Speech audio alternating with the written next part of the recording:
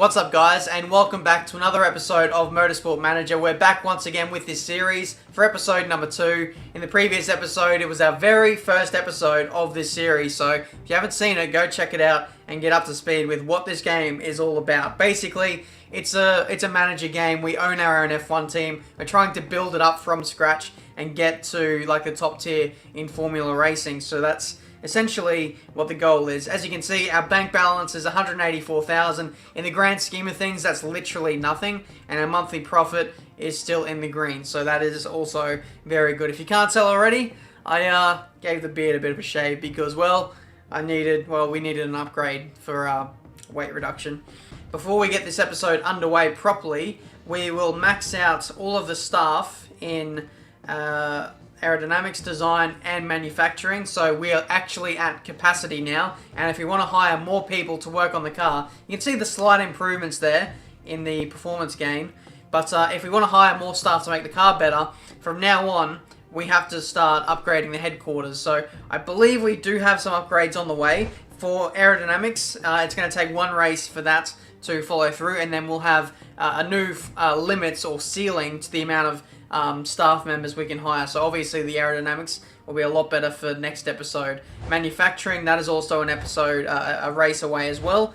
But what I'm going to do is go ahead and upgrade the design center. So that is basically everything, and you can see like the kind of impacts it's had on our bank balance already. That was what, 400k just gone straight down the drain there, and now we're in the red. So don't be afraid if you're playing this game for yourself. Like, don't be afraid to go into debt a little bit, because you essentially need to go into debt in order to like get the performance of the car to a level where you're really competitive in order to make more money. So it's kind of like 2 steps forward, 1 step back in that kind of element. We'll check the mail. Lag Bubble Racing have started work on a new design facility. So speaking of my team name, I asked you guys in the comments of the first episode to like give me suggestions for a team name, and you guys decided unanimously, this was the top voted comment, so this is going to be the new name of our team, well, for now.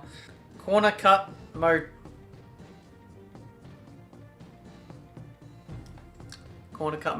unfortunately, will not go ahead.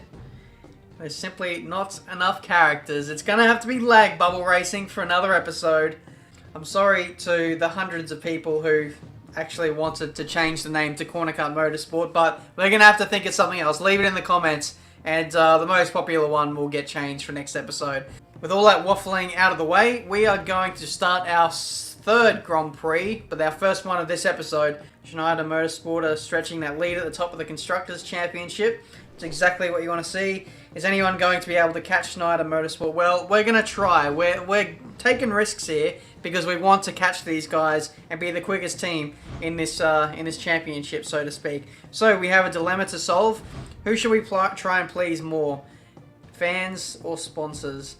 Sponsors is lower, so we'll go with sponsors for now. Drivers, they look very happy, but the fans are certainly not. So the merchandise income is probably going to take a hit because of that, because the fan happiness is at 34%, which is not great. So we're heading off for the next race now, round 3 of 6. I'm not too sure which track this is. We're off to Melbourne for the Australian Grand Prix in real-life Formula 1. I wonder how close the actual circuit will be to the real-life circuit.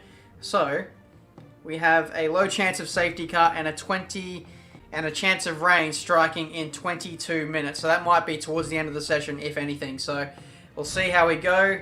Continue. Don't need to see that. So the gear ratio is at top speed and the aerodynamics is straight. So that's the suggested setup to run for this weekend. I need to slow myself down. Like, I'm just trying to go at 1,000,000 miles an hour. The sponsor objective is to qualify 2nd or above. If we do that, we get over 100 grand. So that'll really help us in our financial standings. Don't need to know about sector times. Thank you very much. I think it was top speed and straights, was it? I think it was. So we'll send Frisbee out on top speed and straights. We'll go neutral and straights on Estelin's car. I just realized her name's not Estelin, it's Essel Stein. So I apologize to everyone in the first episode for getting her name wrong for the entirety of that episode. But either way, our drivers are on a flying lap now. Hopefully they're on the pace. Frisbee goes to the top. the first run of qualifying, and I said it again, Esselstein, it's Esselstein, goes in P3. So we're going to change her setup to make it go top speed as well. I think she's actually the quicker out of the two drivers, so once she nails a lap, she's going to be on pole possibly. We'll send Frisbee out as well. His setup is perfected, and out on another set of soft tyres. Looking very good at the moment in first and fourth place. 5 minutes to go. Esselstyn is green on her lap, and Frisbee is purple on his lap as well. He goes first. It's 1-2 for the team. That is incredible. We may only just have enough time to set another lap. I'm going to try and send you back out again with 2 minutes to go. I don't think Frisbee is going to get a lap in before the end of the session, but Esselstyn, she might just about make it. Yes, she does. She starts her lap, and Frisbee starts his as well. So, at the moment, if we can just improve our qualifying time, then that would just be a bonus. But it looks like, no, they don't improve at the end of the session. So, 1-2 for our first race here. I promise you guys, I've not done any other kind of work in the lead up to this. This is straight on from episode 1, and we've got 1-2. Incredible scenes. The race start is in wet, which is going to make things interesting. 30 minutes until it possibly dries out. So if it was going to be dry, I was possibly going to start one of my drivers on softs and the other on hards. But when you do that, the guy or the person on hards normally gets off to a really terrible start. So sometimes it might not even be worth it. But we don't need to worry about that. It's just going to be a wet start. So literally nothing for me to do in terms of the strategy. We're just going to have to play it just based on the conditions and how things go. It's race time. It's the Melbourne Grand Prix. We get a sponsor bonus of 87,000 if we finish in the top 4, which should be pretty achievable. Touch wood, we can make it. So here we go for the start of the Melbourne Grand Prix. We have a fairly nice start to get this race underway. Frisbee gets off to a blinder. I'm going to make him push from the outset. We know that the rain will ease off in about 20 or so minutes time. I'm going to get Esselstyn to just kind of hold position and maybe push later on in the stint. But it looks like she's dropped down quite a bit as I was looking up at the camera. Down to P5. And Frisbee has lost a bit of ground too. I'm going to take him off of pushing because I feel like if you make your drivers push when they're in traffic, you're almost like wasting tyre wear in a way. My. What are you doing, Esselstyn? Like, she's just sinking down the order. Down to P8 now. And it's possibly going to drop down to last if her current form goes the way it is. Not too sure what to do with her. It looks like our cars really aren't working in wet conditions. It's really unfortunate because we were so quick in the dry. Frisbee drops down to P3. It almost turned into a position 4 as well as he was lacking a little bit in a straight line there. Esselstyn, she's still falling down the order. She's now in 11th place. And I think last place is way back or even possibly even retired. We'll go to the live timings and scroll down. Yeah, last place, whoever Brooke is, they're 101 seconds off the pace. So they've either retired or they're having some kind of major issue in the race. Frisbee is falling down the order too. The dry conditions can't come soon enough right now because we're struggling. Alright, we're going to take a gamble and we are going to pit Esselstyn for a new set of wet tyres. The test tube isn't really getting lower at this stage, so I'm going to bring her in for the undercut. And if it really works out well for her, then I may potentially bring Frisbee in as well. But I have a lot more to lose with Frisbee, so I'm just being a little bit more hesitant with his strategy at the moment. And just as I do that, I brought in Esselstyn at the perfect time. And Frisbee has been left out to join in the lead of the race. So everyone around him made their stops. I'm leaving Frisbee out for another lap or so. But not entirely sure what to do now because the rain will be like easing off in the next few laps. But at the same time, his tyres are now starting to go off. So it's decision time.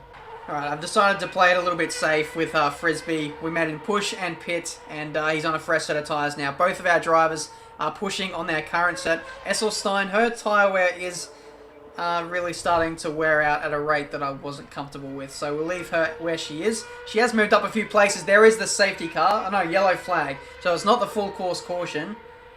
Yeah, it was only a local yellow, unfortunately. Frisbee P4, Esselstyn in 6th at the moment. Still no sign of like the conditions drying up at this stage. Another yellow flag. Is this a permanent one? There's been no sign of the safety car as of yet. Esselstein, she's in 6th, and Frisbee has dropped down to P4 very recently. The yellow flag goes away, and it's off to greens.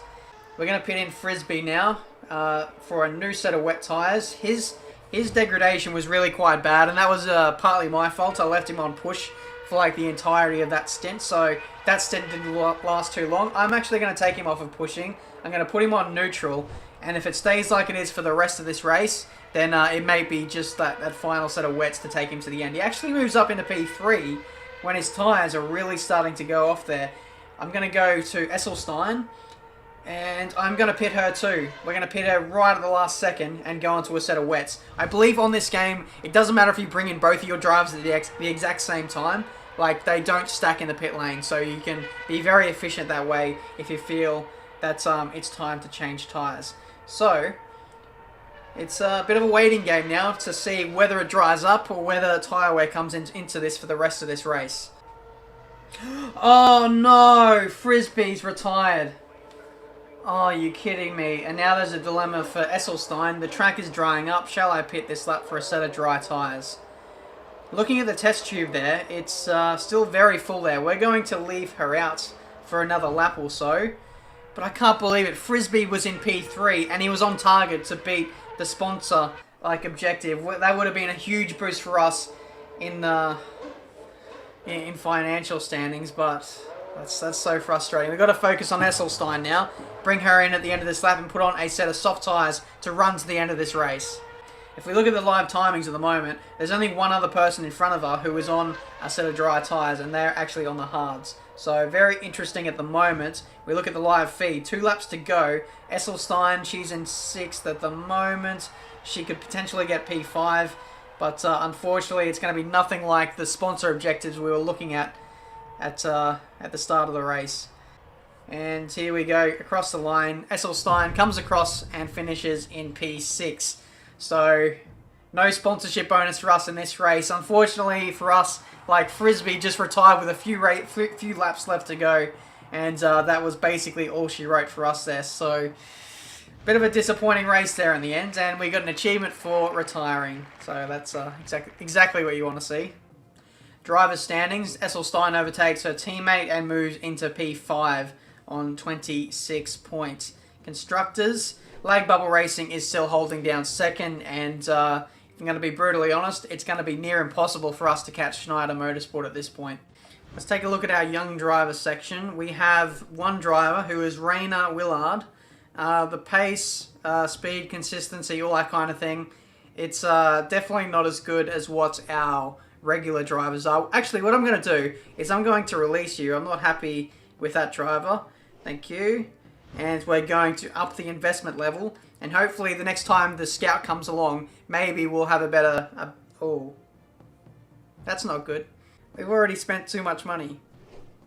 So, yeah, that's what you want. We have a dilemma with Frisbee. He says his contract is expiring soon. Shall we sit down and discuss our options? Yes, we'll talk about that. I don't need to know about contract negotiations. The recommended offer is $1,080. 12 months and equal driver status. Now, the thing you should know about driver status is if you have a number 1 driver and a number 2 driver, even if they have very, very similar stats, for whatever reason, the game will always favor the number 1 driver, and then the number 2 driver just like lacks in pace so much, even if they've got similar stats. So, what you want to do for the best overall balance within the team, I'd say always keep your drivers on equal status if you can. Otherwise, you're just intentionally harming the second driver. At least that's how I feel in my experience. Oh, contracts rejected. So what does he want? I'm going to guess he wants more money, so that's what we're going to give to him. $2,100, just a few more than what he had before. No, actually, it was $1,080. We'll go with $1,800 and see if he accepts that. There we go. Contract accepted. We've got Frisbee on board for another 12 months. Benjamin Daly is pretty cool. Good fashion sense. It's nice to see someone sharp in the pit wall for once. Well, I think they like my beanie. That's got to be it. Anyway, round number 4 here for this Motorsport Manager Season 1. We're off to Adelaide. So, high chance of safety car. So, that should throw a spanner into the works. And again, with the weather, looks like we might have another wet one. Sponsorship objective is 6 or above. I'm pretty sure we can manage that. So this is the Adelaide Grand Prix circuit, and I have never seen a racetrack at Adelaide look quite like this. This is literally a triangle.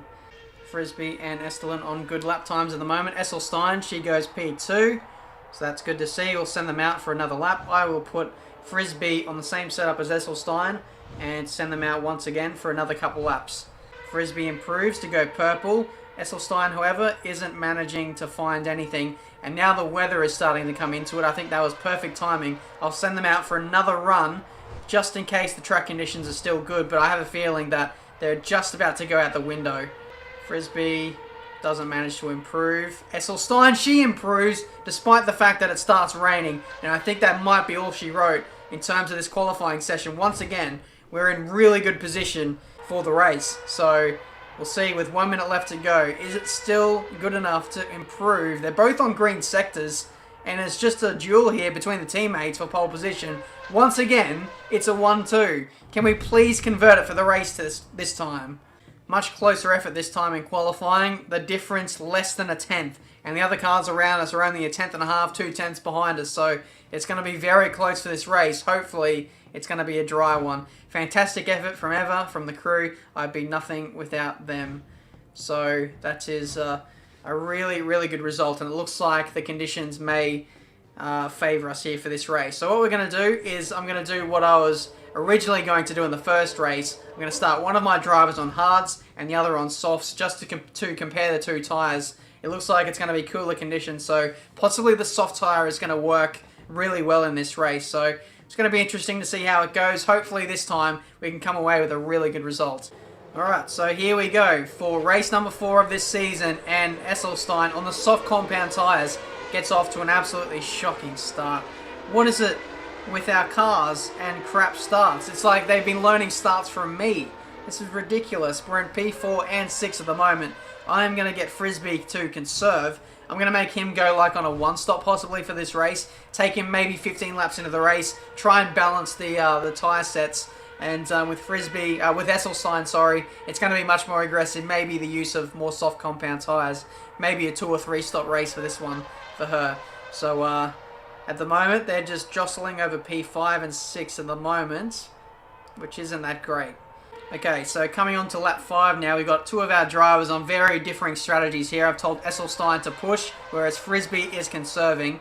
And it's going to be interesting to see what happens with the 2 drivers here. Hopefully Esselstein can get around this guy. She's getting held up quite a bit here, which is really annoying. Doesn't quite have the, I don't know, a straight line speed to get around him. Like, there's literally 2 corners in this race, but it's literally all down to straight line speed, and Esselstein doesn't seem to have any of it. What's going on? Esselstein, she is dropped to P6. You know what? I'm going to bring her in and put on another set of soft compound tyres, and hopefully in clear air she can absolutely fly and maybe jump a few cars.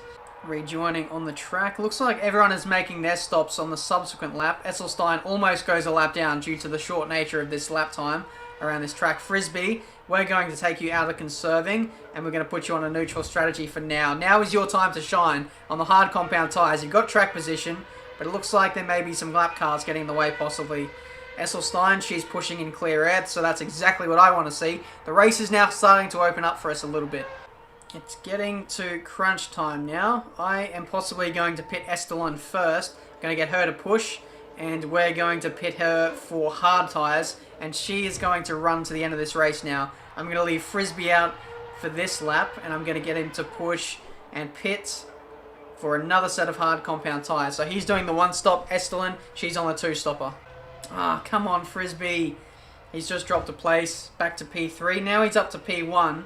That is, of course, because a few cars have stopped now. So Frisbee has the track position that he needs. He's going dangerously slow there, which is a little bit alarming. We're going to take him to the end of the race now, so it might be worth making him conserve. But I also don't want him to lose this track position because that is what's going to win him this race. The gap from first to second is 3 tenths, and then Stewart, or Swartz, who is in third, is only 7 tenths behind him as well. So it's very, very close for the top 3. We'll go over back to Esselstein. She's in P5.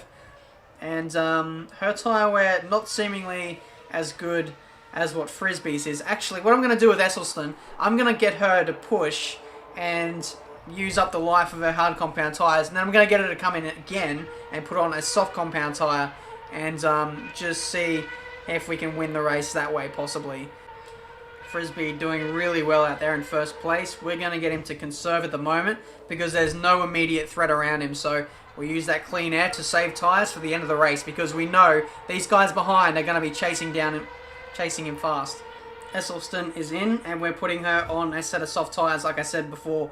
The person behind her also came in at the exact same time as well, so bit of a split strategy here. Frisbee out in front is still holding down first place, but second is closing. Actually, I think they just made a pit stop, so Frisbee going on the 1 stop, whereas everyone else is on a 3 stop. So to get away with 2 less stops than everyone else, I think that'll be very impressive, and we'll see whether that works out at the end of the race. Just 4 laps left to go now.